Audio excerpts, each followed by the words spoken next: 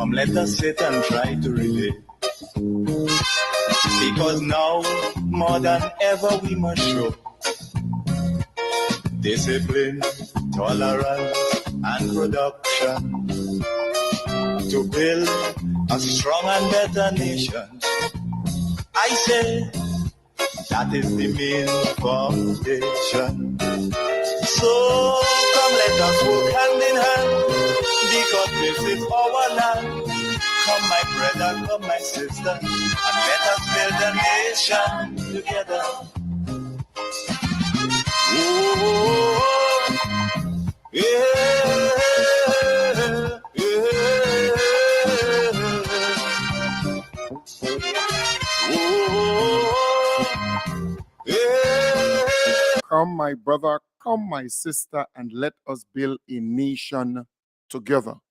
This is our home, and we have to improve it for our children and children, children. And they will do the rest because they are tasked with making it better for their children and children, children. I want to welcome you wherever you are, maybe out there in the diaspora, maybe you're here at home. I want to say to you, do not be fooled by those obstructionists, by those who say they're in opposition and their role is to oppose. Also, I must tell you, it is a well-organized machinery from the obstructionist team where they're paid. Many of them, they're paid to do what they are doing. So they would be on that program in the north. They will throw out a lot of misinformation out there. And then during the morning, the early morning period, they would call the Plead Your Cause program to spread the same misinformation, the same propaganda, because it's the same cadre of callers on that program up in the north and those who will call on the Plead Your Cause program in the morning. Same cadre of callers. They know that they cannot reach the audience that they want to reach with that program up in the north. Yes, there are people listening to them, but not a huge audience. They also know that this Plead Your Cause program in the morning have a number of people who are curious many a times listening in. It's not that that program can really sway or change anything. I have proven that to you over and over. During the election time, I told you, do not be bothered by the folks who will call into that program pushing the NNP narrative or agenda. They did that for weeks and months, every morning. And some people became somewhat concerned. And I told them, no, I am on the ground. This program is not well listened to. Further, the program is not attracting reasonable thinking people. And those who are not logical in their thinking do not listen to the program every time. And if they're speaking to anyone, it is the NNP supporters or those who are within that space, right? So it's not a program that is well listened to. There are some people who are curious. They listen to nearly all programs in Grenada, but it is a well-organized machinery where they call every week with the hope that they would sway public opinion and they will control the narrative. Do not be moved by that. And I want to say further, the NNP supporters, they like too much of frico. They like too much of freebies. They want everything free. They want the government to give them everything free. Well, it's a different government. It's NDC in power. It's not NNP. So don't expect to get everything free. If you get a house or an apartment, you have to pay for it. But you see, they're so bad pay. They are accustomed not paying when the NNP is in power. But now the NDC is in power and they have to pay. They have a problem with that. So let them bawl, let them cry, let them scream. Let them do so. Because anyone with sense would know this has to be maintained. When the NNP was in power, they placed the people in those apartments, in those low income houses, and they gave them a letter which says that they have to pay the 30 something thousand dollars, the 40 something thousand dollars, or the 50 something thousand dollars. And those apartments were without, the closets, without the cabinets, without the cupboards and all the different things, amenities and so on in there. But this time wrong, the government, the Ministry of Housing, Housing Authority, what they did is to invest money to bring the place up to a standard that is livable on day one. So all you need to do is to bring in your fridge, your stove, your bed, and so on, and you could leave there because everything is inside. But still, those NNP supporters, they don't want to pay. They bad pay. That's how NNP train them to leech off the government. They want everything free. But I'm happy that this government is not bending over backwards for them, right? Because under the NNP, they had to pay, but they failed to pay. And that is why the place cannot be repaired as quickly as it's supposed to. Housing cannot maintain the facility because they're not paying. So they have a problem with the fact that the government is saying, you need to pay, and we must find a mechanism to make you pay. You're compelled to pay, a little bad pay, those NNP supporters. And let me tell you this, the majority of them, they want it free. They want the houses free. But under the NNP, under their party, they never got it free. Under the NNP, they never got the apartments free. They were given a letter for 30 something thousand dollars that they have to pay, and 40 something thousand and 50 something thousand that they have to pay. And still for all, they failed to pay. They're not paying because the party was in power and they know the party don't care. They're not going to collect anything. They're not going to move them. Well, it's a different sheriff in town, and you have to pay a little damn bad pay. Pay up, right? If you want an apartment, it has to be maintained. It has to be maintained. It will not remain like that forever. Housing authority has to maintain the yard. They have to maintain the plumbing, the electrical this, the sewer this, the painting, the everything. That is the agreement. But no, a little bad pay and all you going and crying programs and ball and all you want this and all you want that. And you know what beating the NNP folks? Let me tell you what's beating them. The NNP wants their supporters and people to believe that they are standing up for the poor and the vulnerable, or they represent the poor and the vulnerable. Because the party has always been advocating and speaking as though they really genuinely like poor people and vulnerable people. That's not true. That is not true. Because if you are so concerned about the poor and the vulnerable, you will try to help them to come out of poverty, to get out of that hole that they are in, that slum that they are in, that condition that they are in, and move to the next level. They have not been doing that. They kept these people poor, illiterate, and vulnerable. That is what they have done. The majority of the supporters of the NNP, they are poor. I mean, extremely poor. They are vulnerable, and many of them, they are illiterate.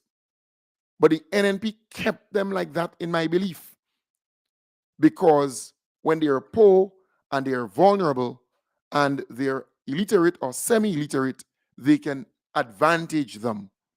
They can get them to come to all of these political meetings. They can get them to do anything they want them to do, right? And those at the top within that organization, in my belief, they benefit off these poor and vulnerable people. So we want to break the neck of this whole poor and vulnerable industry. You have to work for your stuff. You're able-bodied, you could work for it on your daily bread. It's no more freako where you're going to an office and beg your way out. That done. And that is why these people are screaming and bawling and doing all this kind of stupid stuff on radio and social media, Yeah. But the NNP to date have not attracted new people.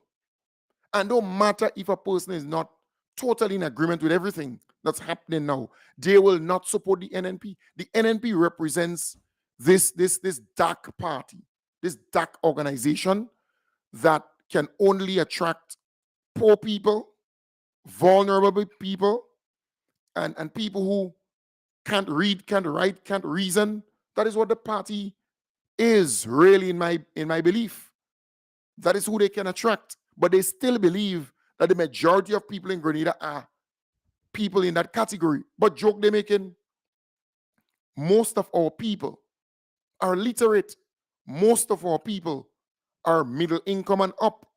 Most of our people are working hard to get out of poverty and to be independent.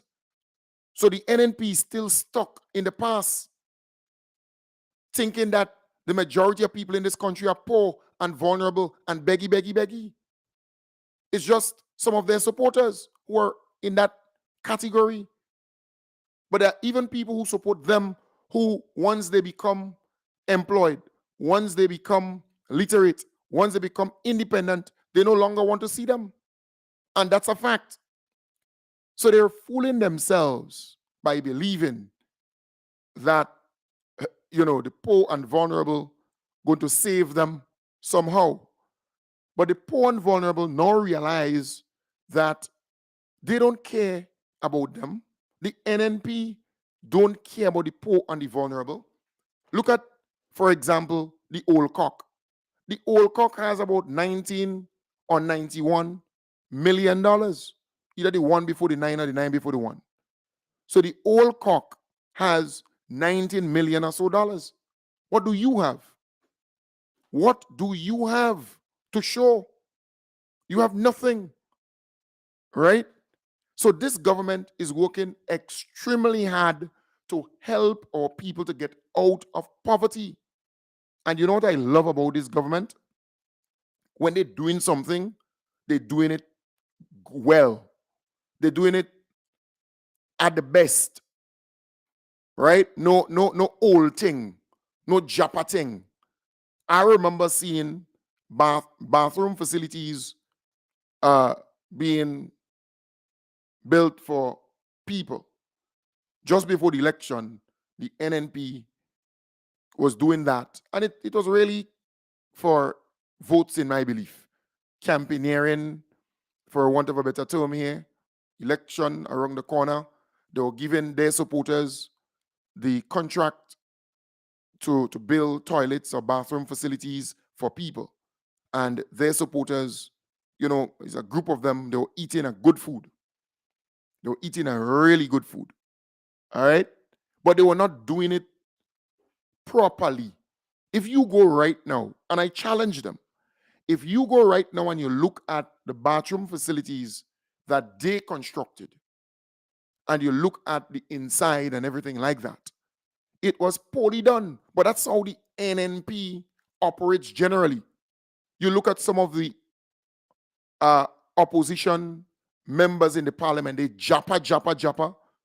You have one, her wig always all up, and as though she needs some wiggins on. They need to help her to get some good wiggins on. She always japa with this, everything. You look at them and they're not presentable. They're not classy. So they would do stuff that reflects how they are. That's what it is. I'm telling you. They don't have a style and flair and they would not do it well. But the NDC, on the other hand, will make sure that it's done well. Look, for example, the WASH program and what was done there. Come on, it's not rocket science. Just look at the work that they have done. I mean, proper thing, Real proper thing. But if you go and you look at what the NNP did, just close to the election, they were building 1 or 2 bathroom facilities for people. And if you go in there, it's like a pit latrine. They don't have what it takes to do it right. It's not in their DNA. They've always been Japan, all, and you know. But I tell you, this government is serious about taking our people, the folks who are in poverty, taking them out of poverty and bringing them to the next level. And I want to commend the government for launching the WASH program. I think you're doing an excellent job. The most honorable Deacon Mitchell spoke at the launch. This program will not happen and it will not be successful if the residents of the communities themselves do not back, support, and get involved in these programs. It is your homes, it is your children, it is your parents, it is your brothers and sisters who are going to be impacted by this program. And so when Mr. Whiteman signaled the needs for us to put aside our differences, put aside our gripes, and ensure that we unite to make this a success, that really is the key message that we want coming out of this. We want the community of Belle Isle to be more united, stronger, improved, and a better community now and in the future coming out of this program. So it's not just about the concrete, it is not just about the tiles, the shower curtains, the toilet. It's about you, the citizens, and making sure that as a community you recognize that together you can improve your collective well-being. And this is important because we have, unfortunately, in the past, politicized and tribalized basic access to things that are important to all of us. Someone should not have to pick whether this house gets a bathroom or that house gets a bathroom based on who they perceive you voted for.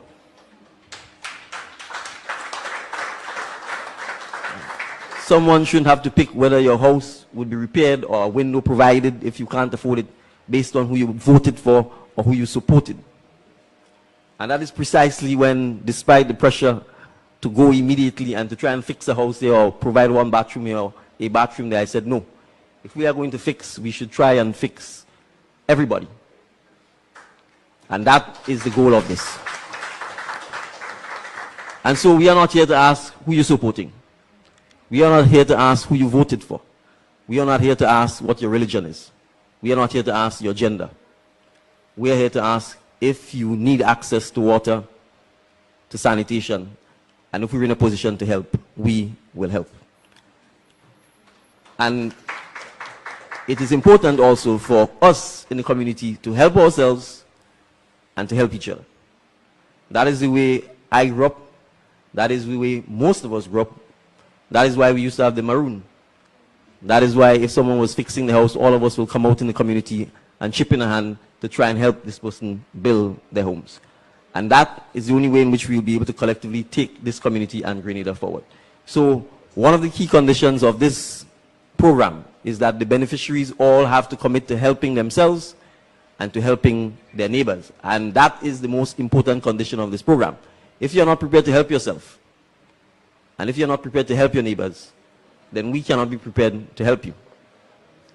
Because as I think the Bible says, faith without works is faith without works.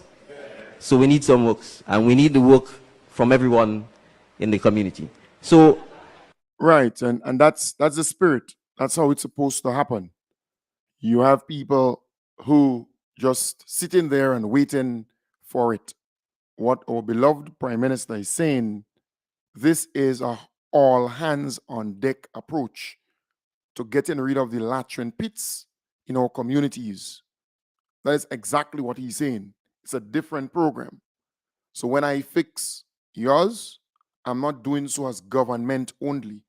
I am doing so because the businesses support this initiative, because community groups support this initiative, because government support this initiative, and because you are integrally a part of that transformation. And when I help you, you will then help the other person who we will be helping. And we go house by house, helping people. Once the land belongs to them, of course, you give them a bathroom and a toilet. That is what must happen. And I think this is a very, very good initiative. But let me show you the actual bathroom facility. And you know what I love about this, it's classy, it's what a normal house would want. The NNP can never do it that way because the NNP, they japa, you know, they all up. They don't do things with class. If you see how they dress alone, you could tell you that they just don't have it in them, you know. But that is how they have been taught to just do things any way. But the NDC say no. If you're doing it, do it well. Do it well.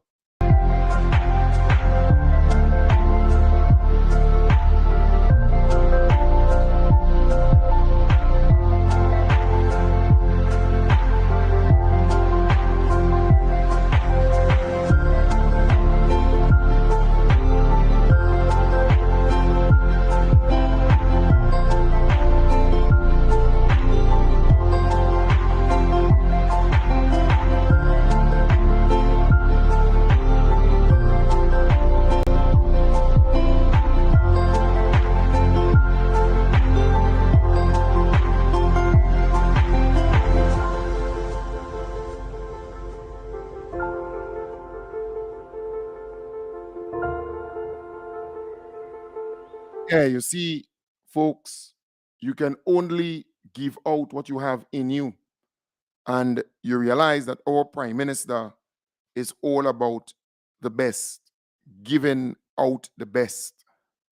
Look at the inside of that bathroom facility. It's classy, it's standard, it's what you expect. That's how the NDC operates. It's different, right? So I am saying NDC has to continue to do what they're doing. Those NNP who screaming and bawling, they are accustomed with frico. They're accustomed going in a parliamentary office and beg. They scrunty, and they don't want to work. So they would quarrel for the poor relief assistance. Every time they open their mouth, they want one back some 150. You could work for it. And if you could work for it, you're not going to work for it. You're going to sit down there and wait for it. That's all they talk about, the 150, 150, 150. What you could do with the 150? Drink rum? Because that's what most of them do. They drink rum with it. The poor relief assistance, rum, and smoke cigarette and smoke weed with it. That's what most of them do. That's how the NNP train these people, right? To be dependent, to be scrunty and beggy. So they complain about everything. But don't worry about them. They're the minority. That is why they were defeated in the last election, badly. Because they believe that everything going to just come on some plate for them. That day and time is long gone. A new sheriff is in town. And things are changing. It is simple like that. And it must change. All right? But as I told you, we are up against those obstructionists who will not stop the nonsense. They have platforms and they would vent. They would say all kind of rubbish on their platform with the hope that they would fool people. But they can only fool the fools. They can't fool reasonable thinking people, logical thinking people. They can't. They would never be able to, because the smallest child is able to reason and say, but wait, we need a teaching hospital facility. That's a brilliant idea. You have SGU, you have students who actually leave Grenada, come into the latter part of their training, you know, they're pursuing a doctorate or they want to become a doctor, right? A MD or whatever, a medical doctor. And the last 2 years of that training, they have to go to the United States or the United Kingdom. But if you have a teaching hospital facility, they will remain here and do that training. Then you will have specialist doctors, the modern equipment and so on will be in that facility.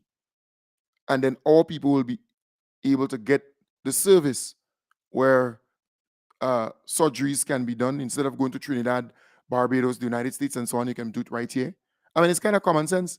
But listen to that idiot on his platform. He's taking a huge portion of land. I think it's about 20-something acres, Carl? Yeah. 20-something acres of land. floodplain. Arable lands that are basically in a floodplain area. Lands where Cardi is located. And they do all sorts of different tests and what you may have it in relation to agriculture. They're taking these lands to put down a hospital, a teaching hospital. The question remains, do we need to have a teaching hospital in Grenada, or do we need a hospital? They're two different things.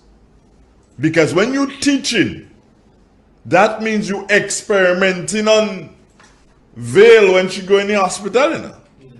Because you're teaching. And I don't know if the Prime Minister realized the different things that he said. Right. So that is the kind of nonsense that comes from the obstructionists out there. And they're actually speaking from their party point of view many a times. So they're not just loosely speaking. They're speaking because that is the position of the whole organization that they represent. Many a times, right? Not all the times, but many times when they speak from there. So it's not just the individual talking this rubbish, but it's deeper than that. That is why they always criticize every good thing that this government does. Everything that's good and progressive, visionary. They don't want that. It's like when Uncle Gary decided to build SGU or give the lands and so on to the American developer or the individual who team up with a number of people and build that facility. There were people saying, well, Grenada too small. Why you need a university here? Backward, dotish, stupid. That is how they were thinking. And then when Bishop decided to build the international airport, there were a lot who saying, well, Grenada so small. Why you need an airport? Why you need an international airport? We should remain in Paul's. Dotish, stupid. So now again, you have those obstructionists who are saying, well, why are you taking all that land to set up this teaching hospital facility and other things like that? You shouldn't do it. Grenada don't need it. It's just backward, dotishness. But you know what I love about the NDC? They're moving forward. They're moving forward with their plans and their programs because that is a promise they made with the electorate, the Grenadian people. And they're not going to stop. They're going full speed ahead with their plans and programs. But we are up against these, forces, these obstructionists. I told you they're not going to go to sleep and allow the government to peacefully govern, right? So let me just give you a little insight as to what a teaching hospital facility will do to benefit. Inside Healthcare. Today we're taking a look at academic medical centers and teaching hospitals, the pioneers of our healthcare system. Hospitals are not all created equal, so it's important to know the differences. Academic medical centers have two components, a teaching hospital and a medical school. However, a teaching hospital can still exist without a medical school. You see teaching hospitals and academic medical centers all the time on popular TV shows, like House and Grey's. That's because as far as hospitals go, they're actually pretty cool and have some of the most fascinating cases. But what's the deal in real life? Where do they fit into the healthcare system and why are they vital? So check it out. Academic medical centers are responsible for training, research, and patient care. The same can be said for teaching hospitals. Just remember, no medical school, so it's practical training. Academic medical centers and teaching hospitals have enormous impact. In fact, all academic medical centers have a trauma center. For more info on trauma centers, check out some of the other Mojucation videos. Without academic medical centers and teaching hospitals, where would doctors learn? How would patient care advance, and where would you go if a general hospital couldn't help you? Academic medical centers and teaching hospitals are large centers of research which generate new ideas and lead to novel concepts and therapies, such as MRIs, open heart surgeries, hand transplants, and even the first self-powered artificial heart. Teaching hospitals provide clinical education and training to medical students, residents, and postgrads. As key centers of research, academic medical centers and teaching hospitals are responsible for medical breakthroughs, from new approaches in prevention and diagnosis to treatments and cures. Advances pioneered at these institutions dramatically improve the health of our nation. We hope you have a better understanding and appreciation of our academic medical centers and teaching hospitals. Right. So that's basic. Giving you a little insight into the benefits of a teaching hospital facility. As I explained to you, the students at St. George's University who are doing their medical degree or pursuing their medical degree to become a doctor, who are doing meds, right? Medicine. They would leave Grenada for the last 2 years of their studies or course, last 2 years, to do the practicum, the practical aspect of their training. So they would go to the United States or to the United Kingdom to a teaching hospital facility to do the actual practical stuff. We could do it right here, and the money could remain right here. So the person, the student who is renting a facility can remain renting for that extra 2 years. They go to supermarkets, they go to shops and, restaurants. They have people working in those different apartments and so on, cleaning. The jobs can remain. And that is what the government is looking at. But you see, these people, those obstructionists, they don't have vision. Let us move to another one, because you see, it's important to share that with you so you can get a greater understanding as to what we are up against, right? We're up against a barrage of falsehoods and lies and so on. Listen to this one on the same station. That is why I've made it my personal responsibility to call on statutory bodies and call on government to cut those sponsors, cut those sponsorship from some of those radio stations that push this disinformation and misinformation. This government, since taking office, has not fulfilled one promise except raising their salaries. They didn't speak about that in the election. They raised their salaries. They promised to pay back teachers. That didn't work. The court said that they didn't have to get payback. They paid pension. Well, I don't really want to tackle the issue of pension because it's part of the Constitution, and so, they take plane, they're flying every Monday morning, every weekend, they're out of Grenada and bringing back nothing. Roads are not being built. Potholes there are potholes in our country now more than ever. They're deep. You could see out to Barbados. Yeah, and that is what we have to deal with, huh? Yeah. And her name, I think, is Cinderella. She's not representing that name, that name well, right? It's amazing, eh? It's amazing. But that is what you get from these people. Don't fool yourself. That is exactly what you get from these people. And I'm not surprised. Don't believe I'm surprised. All these lies and misinformation and so on. It's a big joke. It's a big joke. The ministers never got a raise in their salaries or an increase in their salary. Remember, what existed before was a situation where they could have just easily gone to the central police station on the Carenage and just take gas, and they had a driver assigned to them.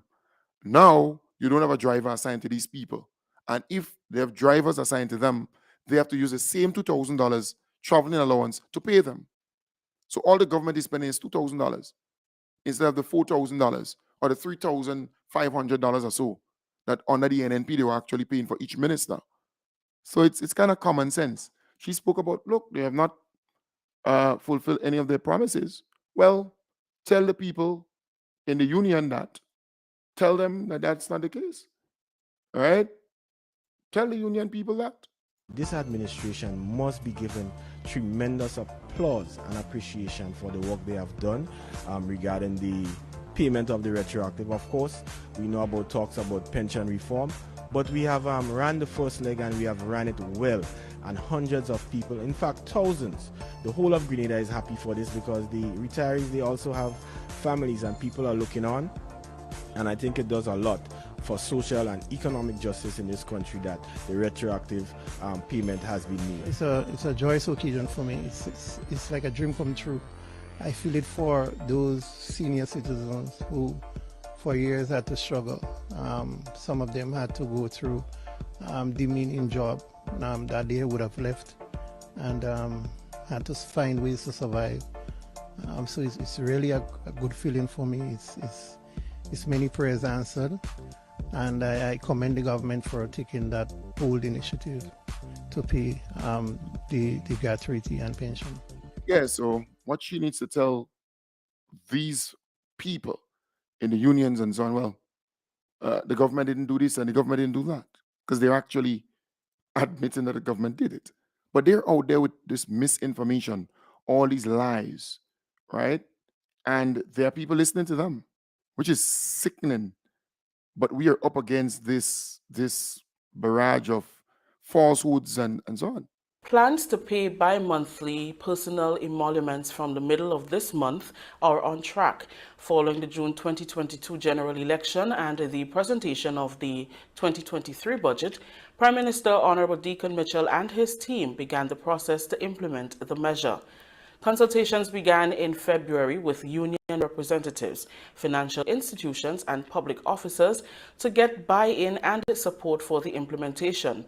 During a press conference on Tuesday, Mike Sylvester, Permanent Secretary in the Ministry of Finance, assured that public officers will receive their first bi-monthly payment April 14th. He explained that the payments will be made on the 15th and 30th of each month.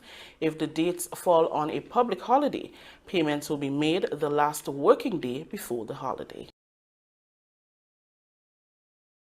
There, again, the bi-monthly salary payment, that was clear-cut, a major achievement. The regularization of workers, that too. The Ministry of National Security, Home Affairs, Public Administration, Information and Disaster Management held a press briefing on Wednesday to update the public on the regularization of workers with the announcement of the official launch of the regularization exercise scheduled to commence from October 1st. Permanent Secretary in the Department of Public Administration, Lindonna Hille Marshall, says the process of regularization has already started, with several individuals already confirmed in their positions. The first phase is expected to be completed during the last quarter of 2023. So the decision was taken for us to approach the regularization on 3 phases. The first phase, we would look at persons in acting, temporary, on assignment, and probationary status on the establishment. And as we mentioned, that process has already started, and we are optimistic by the end of December 2023, we should complete the first phase of the regularization exercise. The second and third phases, which include the regularization of workers on contractual arrangements and Imani trainees, is expected to be completed over the next 2 years. The second phase, which would look at persons holding PSC contract of service, daily paid, and persons holding ministry letters. That phase we trust we would be able to advance through in 2024. And then we're going to be in a position to start looking at the third phase. Right. So it's clear. The regularization, the payment of pension and gratuity, the bi-monthly salary, the minimum wage adjustment, and we can go on and on and on. Look, this government has done so much work. It's amazing. But you'd always find those obstructionists out there talking rubbish. In fact, that same individual was a part of this FAIT program where they were going in schools and sanitize hands. So, well, they normally call call her Queen NNP, right? And if you look at where she lives and the condition that she exists in with a whole pile of children and so on, sometimes you wonder, you wonder what's going down with these people. But they have a mic in front of them, they talk rubbish many a times, and they believe that people will listen to them and follow what they say. But they're just a laughing stock, right? They're just a kicks, as people would say. They're just a big joke. But we have to continue to spread the positive message, let people know what's happening in the country, because things are happening for the better for our people. All right? And I'll leave you with this from my good friend, Tevin Andrew, who spoke at that graduation. And graduates, students, you are the future leaders of the world tomorrow. You are the present and you are the future too. There is nothing that could stop you or hold you back than yourselves. Whatever you put your mind to, and I mean it, you can achieve it. Do not settle for less. Principal Kwame stated that don't be the one seeking a job, but be the creators of jobs. It's important to take home that message. Do not settle for less. Whatever you put your mind to, you can achieve it.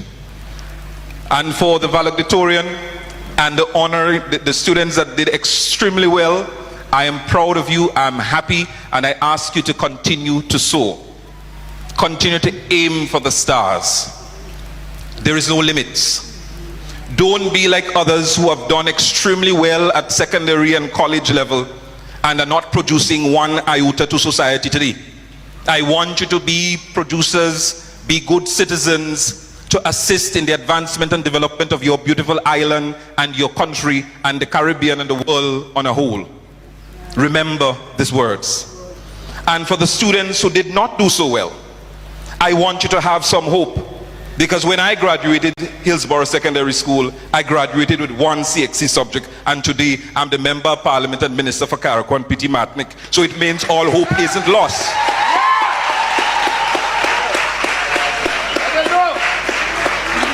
All hope is not lost.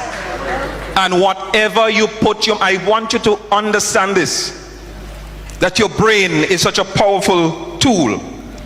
And if you believe it, it shall come to pass. So do not limit yourself, regardless of the circumstances. And I'm going back to the parents again. You must be your children's biggest motivators. Don't expect it from the politician or from the government or from NNP or NDC. It's your responsibility. So take charge of that and assist your children in